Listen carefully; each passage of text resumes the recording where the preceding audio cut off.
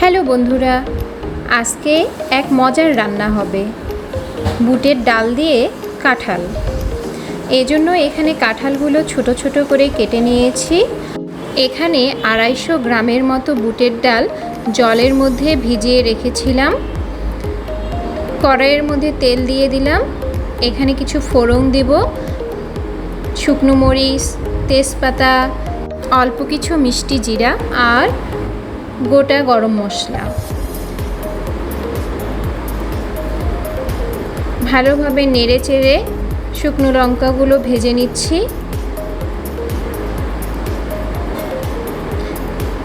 এখন কাঁঠাল দিয়ে দিলাম। কাঁঠালগুলো 7 থেকে 8 মিনিটের মতো নেড়ে চেড়ে ভাজা ভাজা করে নেব।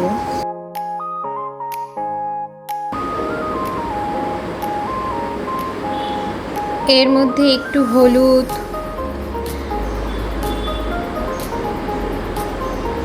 পরিমাণ মতো লবণ দিয়ে দিলাম। আবার একটু নাড়াচাড়া করে নিচ্ছি। ভাজা হয়ে গেলে এর মধ্যে আদা বাটা, শুকনো মরিচের গুঁড়ো আর জিরার গুঁড়ো দিয়ে দিলাম। আপনারা শুকনো মরিচের গুঁড়ো দিতেও পারেন, আবার নাও দিতে পারেন। একটু জল দিয়ে দিলাম কষানোর জন্য। এই যে কষানো হয়ে গিয়েছে, এখন ডাল দিয়ে দিব। বুটের ডাল সিদ্ধ করে নিয়েছি।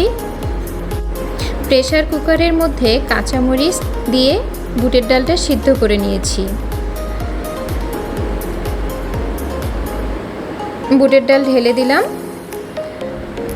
এখন ভালোভাবে ফুটিয়ে নিব, কাঁঠাল যেন সিদ্ধ হয়ে যায়।